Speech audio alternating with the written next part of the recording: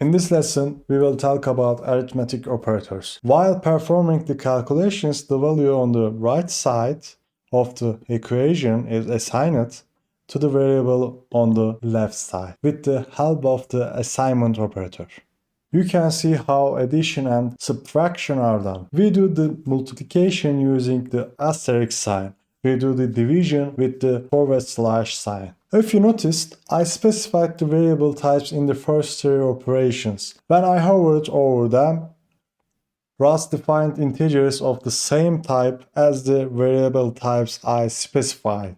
Likewise, I specified the type of the number 1 and number 2 variables as I8. But even though I didn't specify the division variable, Rust automatically determined the type as I8. Rust does this because it has strict rules on operations. If you do not intervene, you cannot perform operations on numbers other than the same types. It requires that the data types to be processed must be the same. We can provide the operation of different types with the help of the as operator or into. After talking about other data types, I will cover this topic in future videos. Finally, you can find the remainder of the division of two numbers with the remainder operator. It allows us to get the mode with its expression in mathematics. When we divide 25 by 5, the remainder is 0. When I make 27,